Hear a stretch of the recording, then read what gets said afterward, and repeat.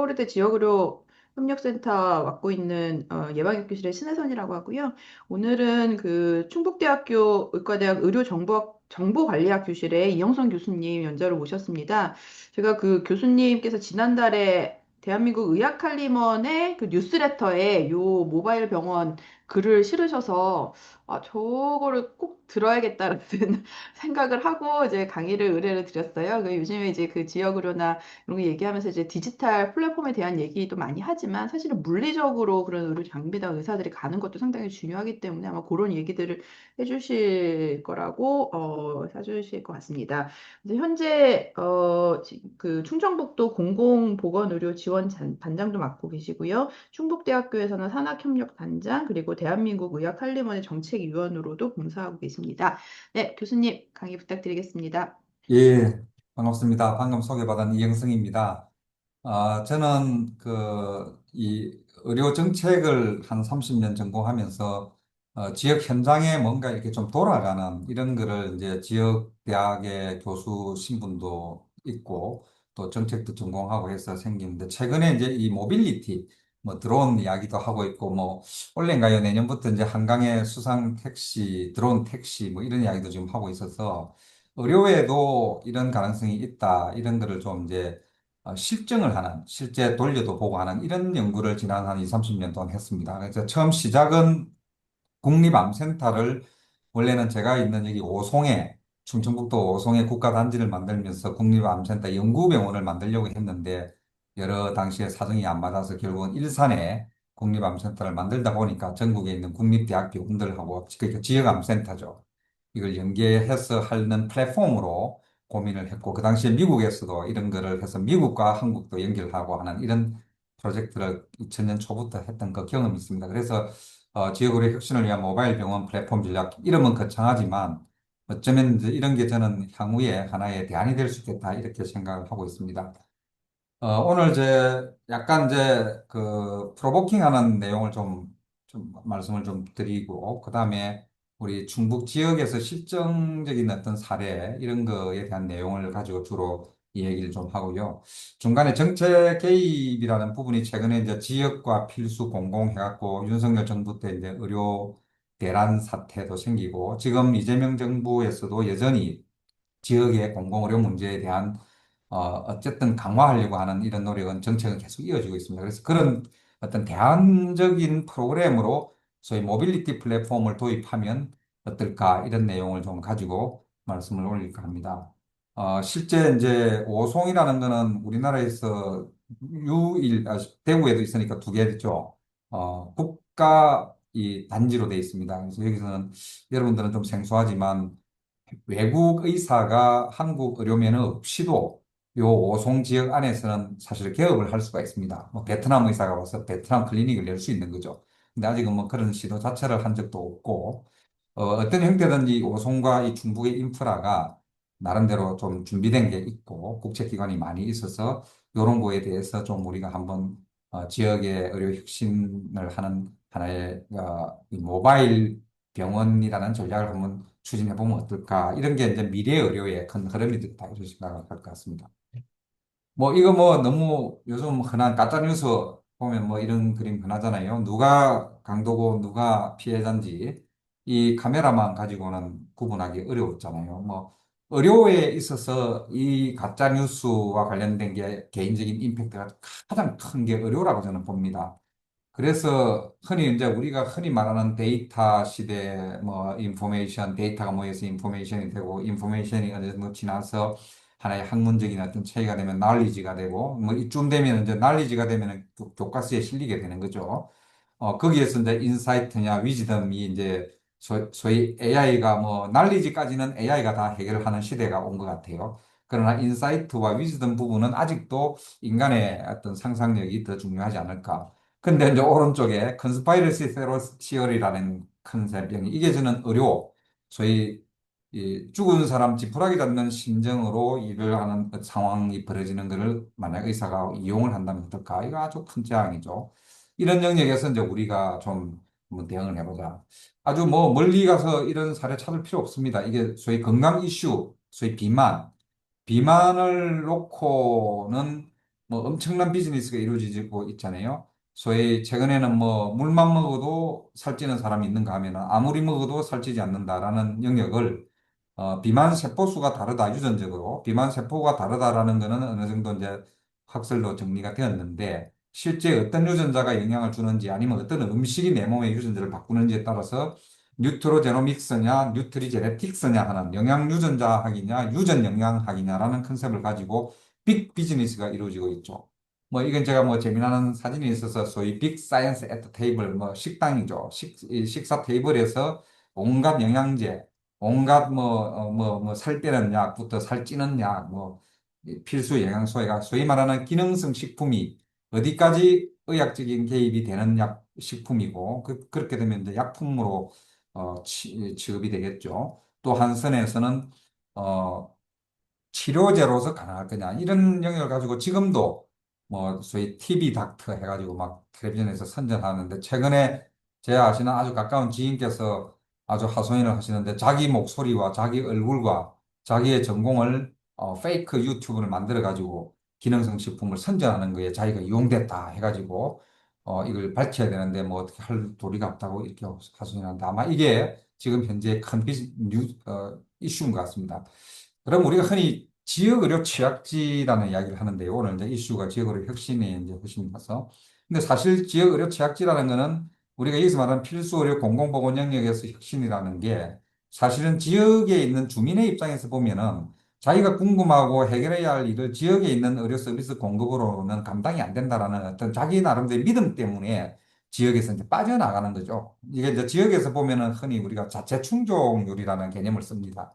우리 충청북도에 있는 그 주민들이 실제 병원을 수도권에 가서 병원을 이용하면 그만큼 이제 빠져나갔는데 거기에는 이제 아주 응급성 질환 같은 경우에는 그 과정에서 이제 사망률이 높을 수도 있고 하는 이런 건데 우리 중북의 사례를 가지고 실제 이런 걸 한번 봤더니요. 요거는 지난번에 이제 우리나라에 오미크론이 왔을 때 그 소위 죽음이라는 사망이라는 상황을 놓고도 굉장히 이제 적절하게 대처를 했느냐. 나중에 전 세계에서 오미크론 그 진단율은 우리나라가 전 세계 최고로 올라갔을 때 또 이제 거기에 따르는 콜라테랄 데스라는 초과 사망률 같은 게 이제 생기잖아요. 이런 부분에 대해서 이제 사망이라는 게 사실은 그 지역의 가장 민감한 지표고 마지막 최종 의료 체계 또는 의료 공급 수준 역량을 보는 마지막 지표가 사느냐 죽느냐의 문제입니다. 그래서 사망률은 굉장히 민감한데 지난 10년 동안 중국이 그 치료 가능 사망률, 우리가 흔히 이제 사망률 중에 예방 가능 사망률이 있고 치료 가능 사망률이 있습니다. 뭐 담배로 인한 흡연에 의한 폐암 이런 거는 이제 예방 가능 사망률로 보고 뭐 이 고혈압 치료가 안 돼가지고 고혈압으로 또는 뇌졸중으로 돌아가셨다 이런 거는 이제 치료 가능 사망률로 분류를 하는데 이런 치료 가능 사망률이 우리 충청북도가 10년 동안 전국에 1위였습니다. 그래서 이제 충북에는 뭐 도지사님뿐만 아니라 시민단체까지 이 문제를 이제 원인을 연구해라. 왜 이러느냐. 이제 이렇게 했는데 우리 이제 제가 충청북도 공공보건지원단장을 하면서도 이 상황을 볼 때 약간 억울한 측면도 있죠. 이게 이제 과연 우리가 중재를 잘못해서 서비스 공급을 잘못해서 이런 문제인지 아니면 구조적인 요인이 있는지를 가지고 분석을 이제 우리가 해봤는데 놀랍게도 우리 충북은 다른 기저적인 어떤 시스템 원인이 있다라는 걸 좀 알 수 있는 상황이 되었습니다. 최근에 여러분들 그 폐렴이 사망 원인 3위까지 올라간 통계를 아마 접했을 겁니다. 근데 과연 폐렴이라는 게 우리나라 최신 기술, 의학 기술을 볼 때 폐렴으로 이렇게 많이 폐렴이 치료가 안 되는 폐렴으로 사망을 할까? 근데 사실 이제 이 원인을 좀 알아보니까 요양원에서 고령 사회가 되면서 많이 돌아가시는데, 막 암으로 요양 가시든 뭘 요양 가시든 요양원에서 돌아가시면 대개는 마지막에 폐렴으로 돌아가시니까 이 폐렴 진단이 소위 과하게 폐렴이라는 진단이 쓰인 게 아닌가. 과연 이게 의학 사인으로 말하는 그런 의미의 이 폐렴이 문제일까? 이런 걸 지금 고민하는 상황입니다. 그래서 우리 충북에서도 그걸 좀 알아봤더니 음성군인 경우에 음성군이 이제 꽃동네가 워낙에 국내 유명한 지역이다 보니까 꽃동네 인근에 요양원이 굉장히 많습니다. 전국에 이제 그 인구당 이렇게 따지면 음성군이 전국에 제일 높은 정도로 많은데 이런 이 소위 요양원이 돌아가실 분이 많이 모여서 많이 돌아가신 분들이 이 지역에서 다 이제 보고가 되니까 사망률이 이렇게 올라가는 이런 구조적인 요인, 이건 저희들이 볼 때는 제도적인 요인이죠.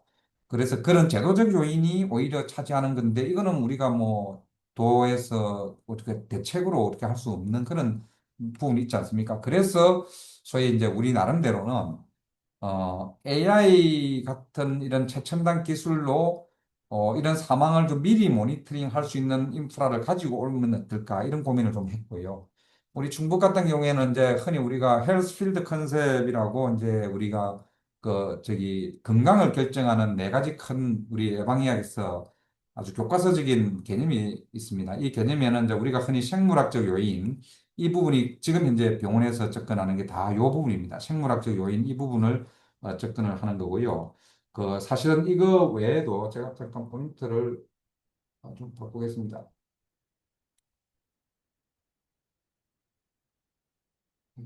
지금, 이게 포인트가, 예, 포인트를 좀 바꿨습니다. 아, 잠깐만. 예.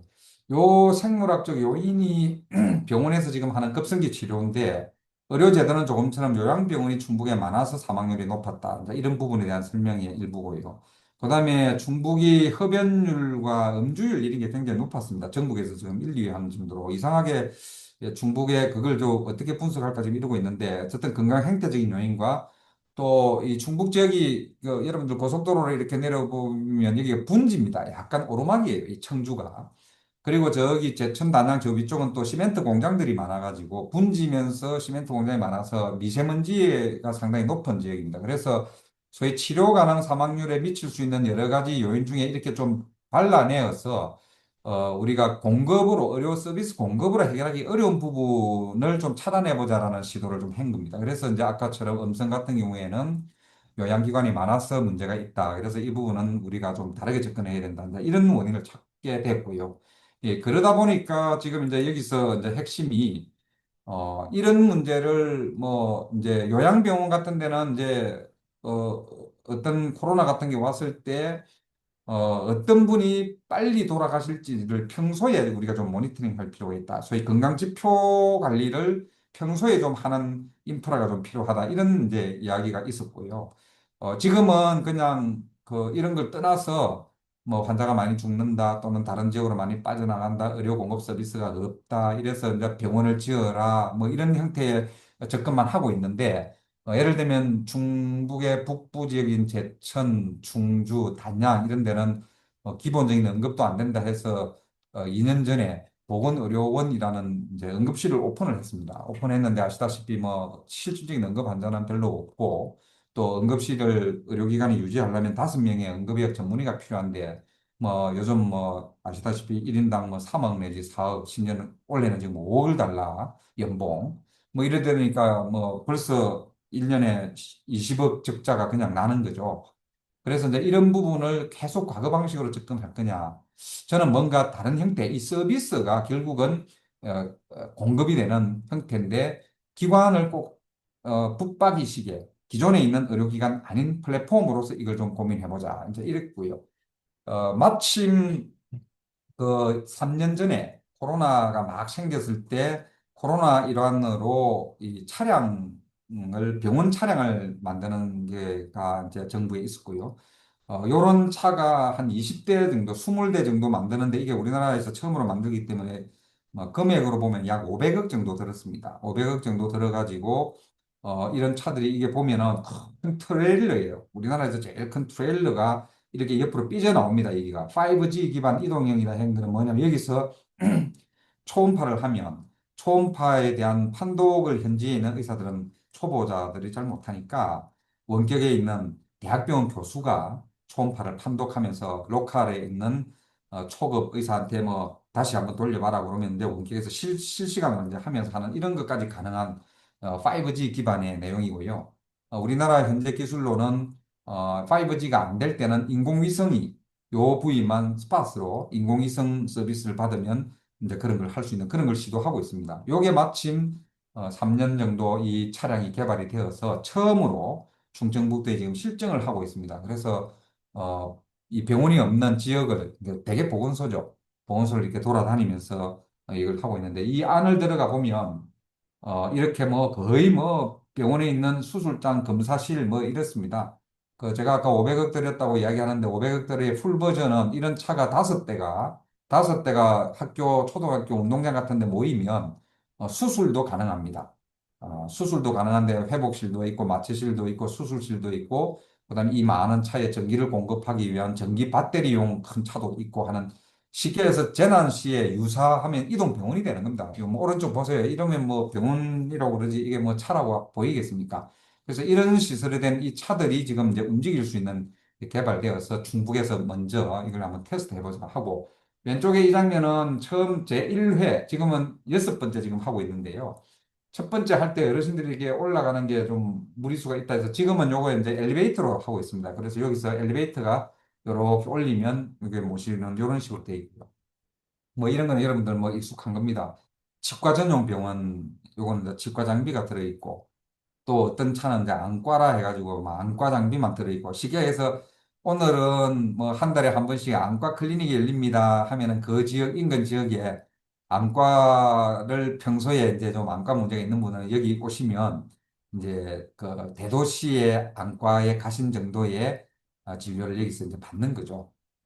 요런 거는 치과는 뭐 이미 오래전부터 이렇게 썼는데 중요한 거는 5G가 연결되어 있기 때문에 원격에서 교수님들이 실시간으로 컨설트를 할 수 있는 거죠. 그래서 지금 현재 제가 이제 모빌리티 이야기를 하는 거는 현재는 현지에 있는 이 의사 선생님하고 이 원격에서 이제 치과 같은 경우는 요새 AI 그 칫솔처럼 생긴 그 동영상을 전송하는 그 도구가 있어요. 그걸 이제 입에 넣으면 원격에 있는 치과 의사 선생님이 그 치아를 보실 수가 있어요. 그러면 이제 AI가 데이터베이스로 치아 정도를 이제 스크린을 해주면 문제가 이상이 있는 환자들만 치과 의사가 다시 보는 이런 어떤 장비들도 좀 나와 있거든요. 그래서 이제 그런 거를 테스트를 해보는 그러니까 결국은 이제 특수 클리닉이죠. 과거에는 이제 이런 거를 대학병원에서도 평소 진료처럼 하시다가 뭐 아주 석학 교수님 모시면 이제 특수 클리닉으로 이렇게 하는 건데 지금은 이런 거가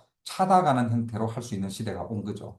이제 이거를 이제 하려면 현지에 있는 이 의사 선생님하고 원격에서 협진을 하는 의사 선생님이 의료보험 청구를 동시에 수가 청구를 할 수 있어야 되는데 현재는 이런 게 환자를 한 명 놓고 서로 다른 기관에서 청구를 할 수 없게 돼 있어요.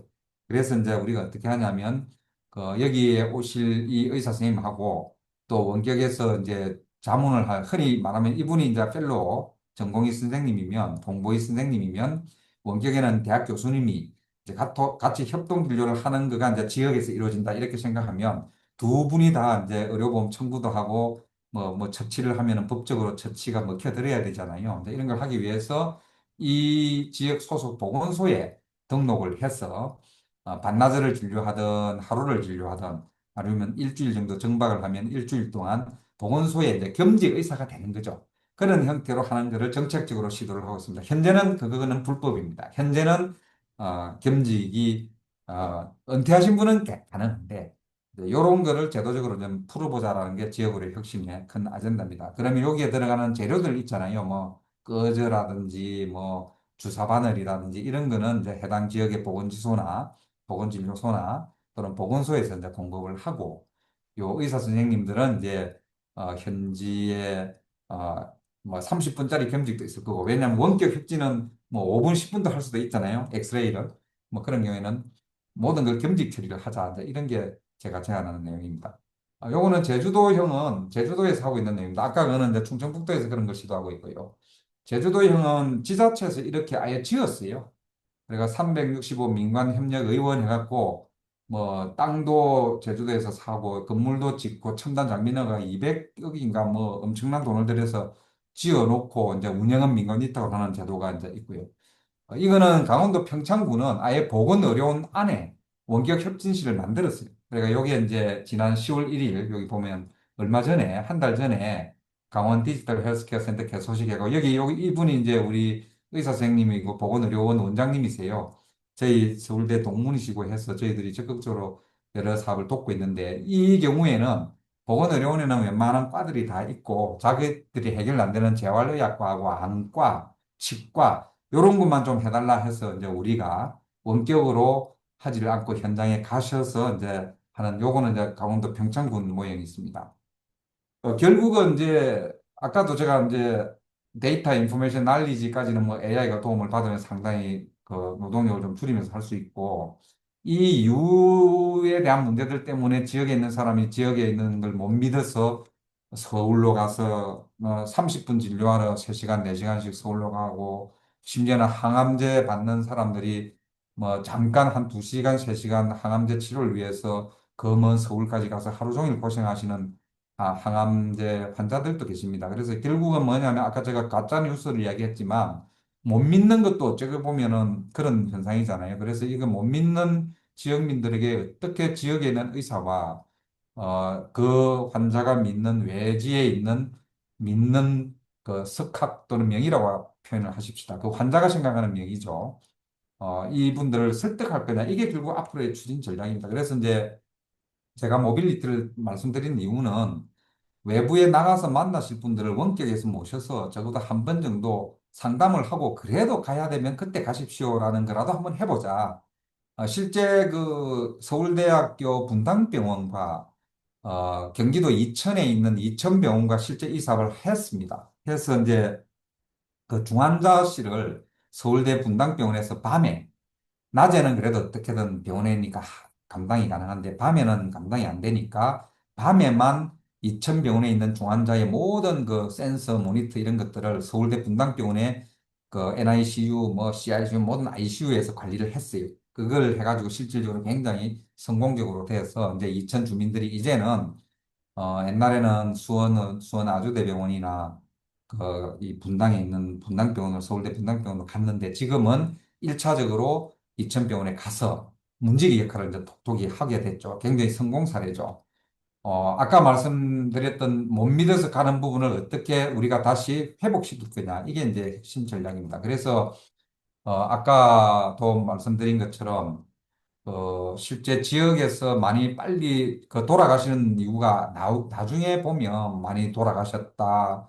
뭐 이렇게 해서 지역 사람들이 점점 불안해하고 우리 지역이 왜 이러냐 이렇게 놀라는데 그렇게 하는 걸 막기 위해서는 현재 뭐 사망 통계 이런 것도 뭐 한 달씩 심지어는 1년씩 걸립니다. 실제 병원에서는 사망 진단이 내린 게 실시간으로 우리가 알 수 있는데 이게 나라에 보고가 되고 하는 과정에서는 한 달에서 길게는 1년씩 걸리는 거를 저는 우리나라 모든 병원에 전산 정보가 잘 되어 있습니다. 그래서 실시간 사망 정보는, 사망 이벤트는 바로 받아보자. 이제 그런 정책을 지금 제안을 하고 있고, 요거는 이제, 대한민국의 한림원에서 이런 걸 시도를 하고 있고, 미국 같은 경우에는 이미 한 20년 전에 이런 작업을 해서 지금은 미국 같은 경우는 어디까지 왔냐면 요거가 한 2, 3년 전에 미국 그 CDC, CMS 그러니까 우리식으로 보면 그 국민건강보험료 주는 기준이에요. 그래서 이제 병원이 그런 정보를 막 생성한다 그러면 이제 수가를 좀 주는 거죠. 인센티브로. 그리고 환자한테 아예 그 의무 기록을 통으로 전하면 더 많은 수가를, 이벤트 수가를 주고 이런 식으로 해갖고 해서 혹시 들어보셨는지 모르지만 의미 있는 자료, meaningful use of data, 의미 있는 자료를 만드는 병원에는 의료보험에서 수가를 주는 거가 현재 미국이 하고 있습니다. 우리나라는 뭐 아직 이런 게 없죠. 우리나라는 뭔가 막 법에다가 만들면 강제로 뭐 법정 전염병 신고하라 이러고 있는데 제대로 된 신고가 안 되고 80% 환자가 병원에서 돌아가시는데 병원에서는 실시간 사망 데이터가 생기는데 여전히 실시간으로 사망 데이터를 못 뽑고 있습니다. 그래서 그런 거를 이제 어떻게든 해결해 보자 이런 내용인데 이게 이제 제가 한 20년 이거는 15년 전 이야기입니다. 15년 전에 여기 이분이 미국 NIH 그 빌딩10 임상연구동 병원이죠. 병원장이 우리나라 오셨어요. 그래서 이때 이제 충청북도 도지사랑 여기 분들이 국립보건연구원장, 충북대학 병원장, 충북대학 학장 이렇게 모여서 오송이라는 지역이 미국하고 정보를 바로 주고받을 수 있는 지역이다 해서 그런 시도를 했고 그 당시에 아까 이야기했던 그런 정보 공유를 만드는 게 미국 NIH의 NCI, National Cancer Institute의 이분이 그 당시에 치프였어요. 근데 이분이 우리도 좀 하고 우리나라에서는 그걸 일산에 있는 국립암센터에 이런 거를 이제 도입하는 시도를 했죠. 그런 노력이 이제 오송이 만들어지고 오송은 지금은 횟수로는 거의 뭐 이제 30년쯤 됩니다. 첨단 의료 단지가 만들어졌고 여기는 아까도 말씀드렸지만 경제자유구역청이라서 바이오에는 굉장히 규제가 열려 있습니다. 그래서 뭐 다문화 가정에 대한 외국인 의사가 여기 와서 진료도 할 수 있는 이런 인프라인데 지금 이거를 저는 지역 의료 혁신이라는 차원에서 한번 해보자. 이거는 다 2008년이니까 정말 오래됐죠. 그 당시에 이제 아까 그런 일을 하기 위해서 뭐 미국의 스탠포드하고 호주하고 일본하고 우리나라가 연결해가지고 뭐 수많은 시도들을 했습니다. 그 당시의 장면들입니다. 그러니까 복강경을 하고 시술하고 하는 거를 실시간으로 이제 초고속 연구망이라는 게 이제 우리나라가 전 세계에 앞서가고 있어서 이렇게 하면서 당시에 그러니까 복강경을 하는데 학생이든 전공이든 그 현장 수술장 현장에 없어도 이제 이런 걸 볼 수 있는 그런 거를 그 당시에 했죠. 이걸 한번 시범을 보여드릴게요. 이게 이제 이게 여러분들 동영상 보이죠? 이게 아주 선명합니다. 이게 오히려 수술장에 올라가서 뭐 뒤에서 의자 올리고 뭐 이러는 보다 훨씬 이제 선명하게 보이고요. 이거는 이제 또 뭘 해봤냐면 그 인근에 있는 우리 대전에 있는 의사 선생님들하고 충북대병원 선생님들하고 실제 환자를 가지고 케이스 컨퍼런스를 하시는 거예요. 이거 지금 보시면 아까 뭐 목소리 나오는 건 다 의사 선생님들 대화하는 거고 이게 뭐 CT, MRI를 실시간으로 보여주잖아요. 근데 여기에 있는 요 파넬, 요게 이제 팍스 파넬과 같은 수준의 고해상도 파넬입니다. 그래서 이제 협진을 하는데 뭐 암 조직을 놓치면 큰일 나잖아요. 의료 사고가 생기잖아요. 그래서 요 파넬 같은 거를 고화질로 준비하는 이런 게 지역에 필요하고 아까 제가 이제 500억 들여서 20대 차를 만들었다고 한 걸 중국에서 시범적으로 하고 있다라는 그 차에는 이제 이런 팍스까지 탑재가 되어 있습니다. 그래서 원격 실시간 협진이 이제 가능한 그런 내용입니다. 그래서 저는 이런 거를 이제 한번 좀 해보면 좋겠다 이런 내용이고 요 동영상 요 정도 하고요. 그래서 이제 결국은 뭐냐면 지역 의료 혁신의 모빌리티는 지역 현장까지 가서 지금은 전부 그냥 뭐 이비인후과 진료를 보다가 안과가 온다 그러면 아이고 안과는 청주로 가세요. 뭐 강원도에서는 춘천으로 가세요. 뭐 이렇게 하고 의뢰서 하나 써주는 게 의사 역할이고 보건지소에서 해줄 수 있는 게 별로 없잖아요. 근데 이제 이 시스템이 되면 그 현재 탑재한 차가 거의 종합병원 외래 수준의 검진을 해주니까 그 지역의 환자들에 대한 정확한 소위 정밀 수준의 검진이 평소에 이루어지기 때문에 유사시에 어떤 환자만 빨리 후송을 해야 된다거나 어떤 환자만 빨리 제대로 접근할 수 있는 그런 게 가능하다는 거죠. 이제 그거를 전국의 그 이제 지역의료 혁신의 하나의 플랫폼으로 제안을 제가 이제 하고 있는 거고 지금은 뭐 공공의과대학을 만든다, 저 지역에 병원을 만든다 하는데 사실 병원 환자가 없어서 지금 병원이 안 만들어지는 거거든요. 지금 우리 단양도 보건의료원까지는 지었지만 공공필수가 그러나 막상 지금 운영이 안 돼서 응급의사 선생님들도 돈 4억씩 주니까 이제 오시긴 오시는데 막상 3년 동안 뭐 저 케이스가 없으니까 3년 뒤면 뭐 좀 거친 표현해서 죄송합니다만 돌팔이 의사가 될 위험이 생기니까 결국 더 안 계세요. 나가신다고요. 그래서 결국은 이제 케이스를 많이 경험하는 서비스가 전달되도록 하는 인프라가 중요하다. 이런 거를 제안을 드린 거고요.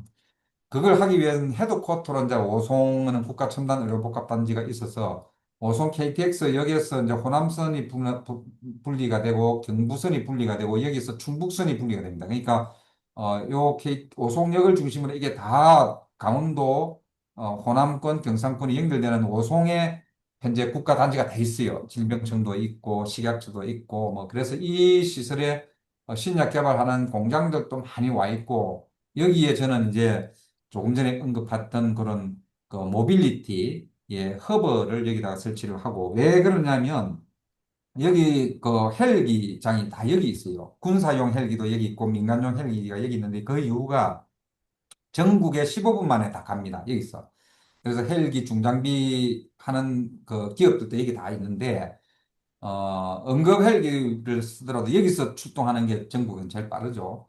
그래서 이제 요게 그 현재 지금 이제 우리가 생각하고 있는 게 요 중북에 있는 병원이라는 게 이제 중북대병원인데 이런 데를 이제 앞으로 이런 목적으로 활용하도록 노력하고 여기에 이제 보건산업진흥원, 국립보건연구원, 뭐 질병관리청 이런 대단한 그런 국제기관들을 좀 활용하자 해보자 이런 내용입니다.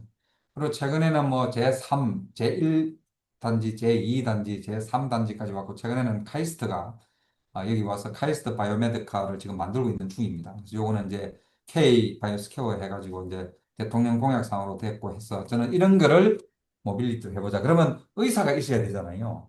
근데 현지 의사들은 지금 다 바빠서 자기 현직에 계신 데서 올인하고 힘든다. 그래서 이제 대한민국의 한림원에서 지역의료 혁신 봉사단이라는 걸 만들었습니다. 그래서 여기서 이제 임상진료 자문, 요게 이제 현지에 있는 젊은 주니어 의사 선생님들에게 시니어 선생님이 자문 정도는 환자 데이터를 실시간으로 보면서 가능하다. 이래서 임상 자문하고, 그다음에 지역에도 이제 교육이 필요하잖아요. 그래서 교육훈련 플랫폼도 똑같이 이제 연결됩니다. 그래서 저는 의과대 학생들 중에 지역사회의학, 지금 말하는 공공보건 닥터가 되려고 희망하는 의대생들, 전공의들은 교육훈련 플랫폼도 같이 연결하면 지역 현장에도 이게 가능하다.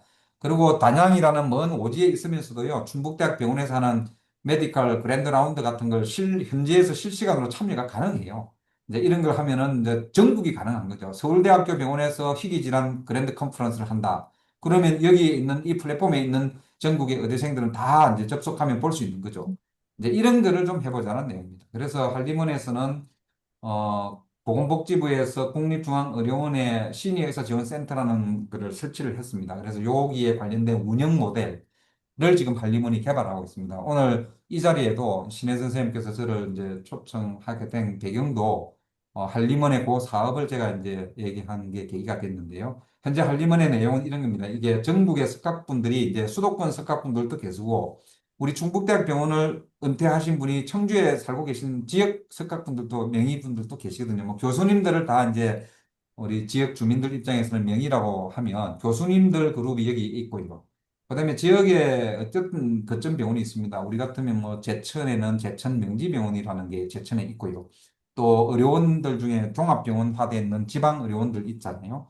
그 거점 병원이 이제 커버 안 되는 부분을 커버하자. 그리고 취약지 병원들이 있는 겁니다. 그래서 대개 이제 취약지 병원이 아까 강원도 평창군 같은 경우에는 다른 과는 다 있는데 안과가 없다. 그러면 이제 안과만 찾아가는 형태로 2주에 한 번 또는 한 달에 한 번 이렇게 하는 거죠. 그러면 이제 취약지 병원이나 보건소에서는 컨설트 받을 수 있는 백내장이 필요한 어르신들만 모아 이렇게 모시놓으면 그 차량이 가서 백내장 해주는 거죠. 이런 병원에서는 뭐 병원에 가셔서 그냥 하면 되는 거고 원격협진센터에서 하면 되는 거고 그런데도 없는 거는 한 달에 한 번씩 안과 진료차가 이제 가는 그런 구조입니다. 최근에 이제 요게 이제, 보건의료연구원에서 여러 새로운 알고리즘을 개발한다 하면 의료보험 수가를 받기 위해서 신의료기술이라는 걸 통과해야 됩니다. 그래서 이제 그걸 하기 위해서 병원 자료와 공단 자료를 다 이렇게 전 세계 자료를 시스템에 리뷰를 해서, 기술이 병원에서 쓸만하다 이런 걸 판정을 받으면 이제 실제 이런 병원들에게 이제 쓸 수 있도록 저는 지금 공공병원들은 모든 이런 기술들을 실증해보는 연구병원으로 바꿔야 된다. 지금은 안 되지만 그걸 지금 주장을 하고 있고 그걸 하기 위해서 결국은 국립대학병원과 서울대병원 뭐 전국에 있는 이런 공공특수병원들이 다 공공병원으로 묶여서 공공의대를 지향한 학생 전공의 뭐 간호사, 약사, 한의사 이런 분들이 다 이 플랫폼에서 훈련을 받자 이런 거고요. 이제 그러다 보니까 결국은 이제 한 환자 중심으로 병원 자료를 모아야 될 필요가 있잖아요. 뭐 서울대병원도 가고 뭐 세브란스도 가고 충북대학병원도 간 환자가 이제 지역에 있어. 그러면 그 지역에 컨설트를 할 그 시점에 그 환자의 병원 자료를 모으는 게 지금 이게 정부가 5년째 하고 있습니다. 그래서 이미 이제 대학병원 자료는 지금 모이도록 기술적인 게 해결이 되었고요. 그다음에 종합병원하고 의원들을 지금 하고 있습니다. 이게 아마 2029년이니까 앞으로 한 3년 정도 이후가 되면 대한민국의 의원급까지 이제 퍼스널 헬스 레코드라 해갖고 본인이 동의하면 본인 주민등록번호가 들어가 갖고 무슨 병원을 다니는지에 대한 정보를 긁어오는 이게 건강고속도로라는 정부 사업입니다. 이제 올해가 4년째고요. 2029년이 되면은 의료기관은 다 연결이 됩니다. 지금 현재는 대학병원급에만 연결된 걸 가지고 시범적으로 분석을 이렇게 하고 있습니다. 여기 왼쪽에 보면은 데이터 활용으로 폐쇄망 분석 센터라는 게 여러분들은 보통 연구하실 때 이제 공단 자료나 심평원 자료만 이용하는데 조만간 병원 EMR 정보까지도 이제 열람이 되는 시대가 옵니다. 요거를 이제 지금 현재 보건의료정보원이라고 있는데 거기서 지금 하고 있습니다. 그래서 현재는 이런 정도까지는 정보가 들어와 있고요. 병원 정보를 지금 현재 끌어오는 이런 그 작업을 하고 있습니다. 뭐 마지막 슬라이드 거의 다 왔습니다. 그래서 저희들은 그 이 로컬 지역에서 이제 4차 산업에 AI도 나오고 뭐 이러다 보니까 이제는 의료기기를 만든다, 약을 만든다라는 그런 벌써 과거 방식이고 지금은 그런 의료기기와 그런 약과 조합을 통한 새로운 그 어떤 치료 가이드라인 무슨 병이 있고 무슨 이런 유전자를 가진 사람은 빨간 약이 필요 없어. 오히려 이 약은 빼야 돼. 뭐 이런 형태가 결국은 임상진료 지침이라고 우리가 표현을 합니다. 그래서 임상진료 지침이 심평원에 등재되면 빨간 약을 쓰지 말아야 될 환자한테 빨간 약을 쓰면 삭감을 시켜요. 이제 그런 기준들이 만들어지고 있는데 우리나라가 지금 이런 그 기준을 전 세계적인 기준을 만들기 좋은 테스트 베드다. 그래서 저는 빨리 AI 기술을 빨리 탑재해서 아까처럼 모빌리티를 탑재해서 대학병원에서 하는 검사 결과를 한 환자로 다 모으는 작업을 하고 그게 이제 퍼스널 헬스 레코드 개념이죠. 그렇게 모아서 다양한 형태의 빼도 되는 사람군, 빼면 안 되는 사람군, 뭐 이런 식으로 가이드라인을 빨리 만들자. 그러면 그게 이제 SCI 또는 네이처 제네틱스 이런 데 이제 무슨 유전자를 가진 사람은 이 약은 아무 효과가 없더라 하면 이제 그 약을 안 쓸 거잖아요. 이제 이런 거를 빨리 로컬에서 만들면 우리나라에서 아까 네카 한국보건의료연구원 같은 데서 인정을 받으면 바로 세계로 올라갑니다. 이게 이제 최근에 우리나라 임상 교수님들이 세계적인 그 유전자 관련된 이 분석의 세계적인 그 인바이티드 스피커로 이렇게 초대받는 급에 올라가신 분이 많이 계십니다. 그런 분들이 하신 게 다른 나라에서는 그렇게 빨리 못해요. 근데 우리나라는 뭐 빨리 할 수 있는 장점이 있잖아요. 그래서 하는 그런 걸 우리가 하자. 그래서 빅데이터 시대에 우리가 이제는 알고리즘을 만들고 그 알고리즘이 교과서에 등재되는 순간 이제 해당 기존의 약들 어떤 약은 그날로 뭐 약이 매출이 주는 회사도 생기고 이제 그렇게 합니다. 제가 한국보건의료연구원에 제가 잠시 한 3년 정도 몸담을 시기가 있었는데 그때 우리나라 간염 환자한테 쓰는 블록버스터 약이 두 종류가 있었는데 먼저 들어온 약이 합병증도 많고 이제 아무래도 오래되다 보니까 합병증이 많은데 후발주자 약에 비해서 먼저 오니까 시장 장악력이 세가지고 그래도 비싸고 합병증이 많은 거를 그 네카에서 시스템ik 리뷰를 하니까 먼저 나온 약이 합병증이 많은 게 시스템ik 리뷰에 근거가 있는 거예요. 그래서 그 약을 퇴출시켜야 되는데 퇴출이 안 되는 거예요. 그래서 네카에서 연구를 해가지고 서울대병원과 아산병원의 실제 리얼월드 데이터, 실제 해당 간염 환자들의 약물 비교군을 리얼월드 데이터를 가지고 리얼월드 에비던스를 내봤더니 역시 시스템ik 리뷰한 거랑 결과가 같은 거예요.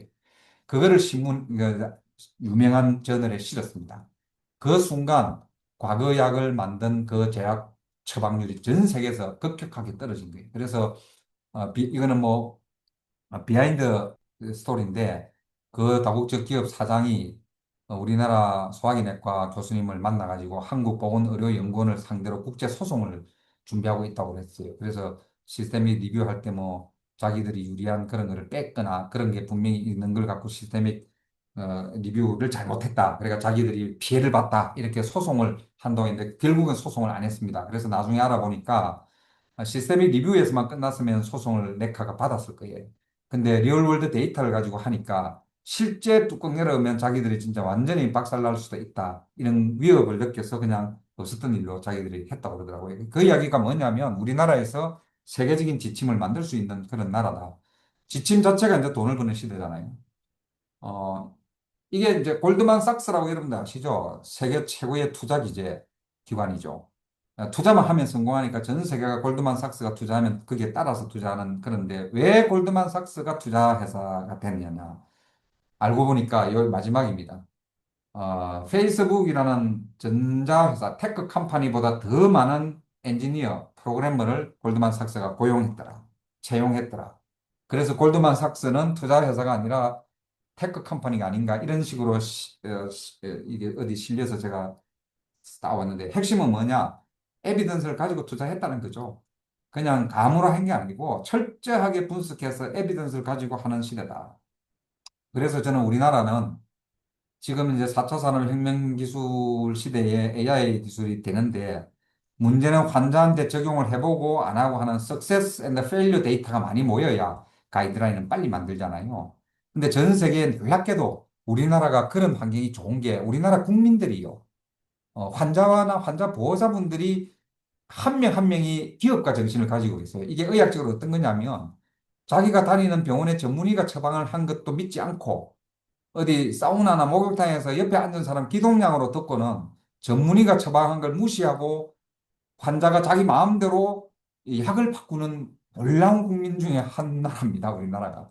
이게 뭐냐? 저는 success and failure 데이터를 쉽게 많이 모을 수 있는 나라다. 그래서 지역에 있는 병원의 자료와 대학병원의 자료를 잘 합쳐서 이런 거 한번 해보자. 그러면 지역으로 혁신이 가능하고 지역에 있는 환자들도 굳이 서울까지 안 가도 될 거다. 이런 거를 위해서 모빌리티 인프라로 저는 한번 그 차당하는 병원 서비스를 한번 해보자. 이런 주장을 하면서 오늘 내용을 마치겠습니다. 감사합니다.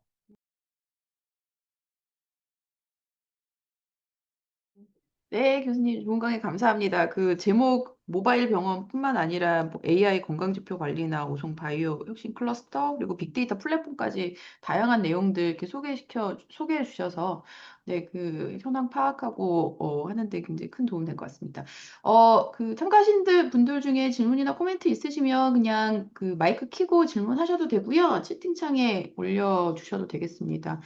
준비하시는 동안에 제가 잠깐 지나간 거긴 한데 제가 전에 대학원 시간에 그 사망 원인 통계 보다 보니까 저희 그 사망 신고가 호적법이 법적 근거더라고요.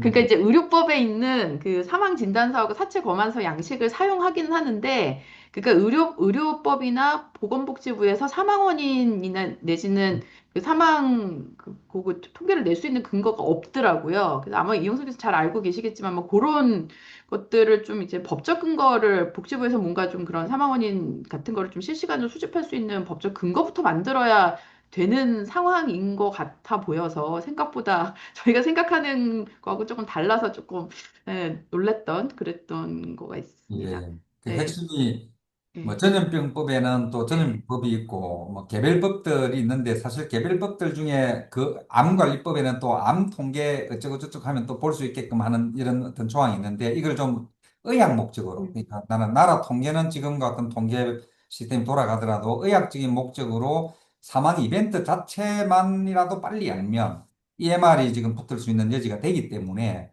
사람이 죽고 살고 하는데 뭐 개인 동의 안 하실 분들은 없거든요. 대개 대학병원에서는. 그래서 그런 걸 통해서라도 인과성 분석에도 굉장히 도움이 되는 거니까 어떤 형태든 미닝풀 유저 데이터를 생성하는 EMR을 가진 병원에는 수가를 좀 지원을 해주고 하나하나 이런 거를 뭐 당뇨 정보가 나온다, 고혈압 정보가 나온다 이렇게 할 때마다 한국식이죠. 피포 서비스 개념으로 정보 생산 수가를 좀 만들어서 한번 사업을 지역으로라도 좀 해결해 보자 이런 개념입니다. 음. 법을 당연히 고쳐야 됩니다.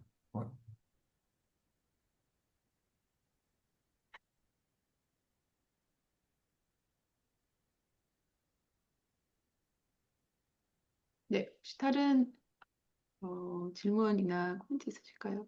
아까 박병주 교수님 계셨던 것 같은데 방금 나가셨나 봅니다. 계신 것 뭐 같고요. 음, 발표 자체가 질문을 할 만큼 어려운 내용은 아니고요. 저는 오히려 어떤 애들은 지역으로 혁신에 관심 있으신 분들이 오늘 음, 많이 들어와셨을 테니까 자기 해당 지역이나 이런 데서 이런 형태의 제안들, 노력들 이런 걸 좀 함께 좀 하는데 음, 같이 좀 나서 보자 이런 주제고요. 저는 충북 지역과 강원도하고 몇 개 지자체의 공공보건 지원 단장님들과 같이 이런 노력을 좀 공론화하고 있고 마침 최근에 이제 뭐 AI 솔루션들이 굉장히 이 지능형 AI들이 많이 나와서 저런 차에 탑재하면 지역에서 가서라도 좀 도움을 줄 수도 있지 않을까 이렇게 생각합니다. 혹시 강도근 교수님 오셨는데 코멘트 또 울산에서 열심히 일하고 계시는데요. 교수님. 예. 오늘 너무 재밌는 강의 잘 들었습니다. 이제 모바일이라 가지고 저 이동식 저 나올 줄 알았는데 저 이제 수출도 많이 하려고 하는 걸로 알고 있거든요. 그래서 그렇죠. 그리고 어디더라? 되게 저 사업을 한다고 코이카 어디서 막 많이 만들었는데 막상 수출할 때는 다른 규격이나 이런 것 때문에 또 다른 문제가 있다고 들었어요. 어쨌든 좀 되게 흥미롭게 들었고요.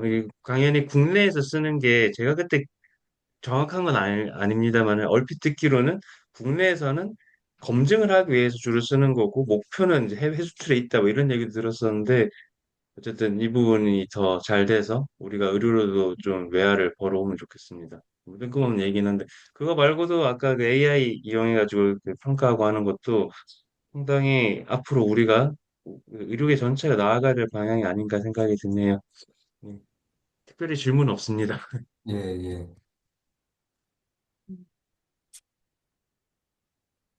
네, 그러면 시간도 다 됐고요. 네, 네, 이영석 교수님과 좋은 강의 해주셔서 감사합니다. 그래서 저희가 아마도 이번 학기에 세미나를 조금 늦게 시작하긴 했는데 한 두 번 정도 더 하게 될 것 같거든요. 그래서 이제 세부 일정 정해지면은 또 다시 공지 드리도록 하겠습니다. 오늘 좋은 강의 해주신 이영선 교수님께 다시 한번 박수 드리면서 네, 오늘 세미나 감사합니다. 마치도록 안녕히 계세요. 하겠습니다. 감사합니다. 감사합니다.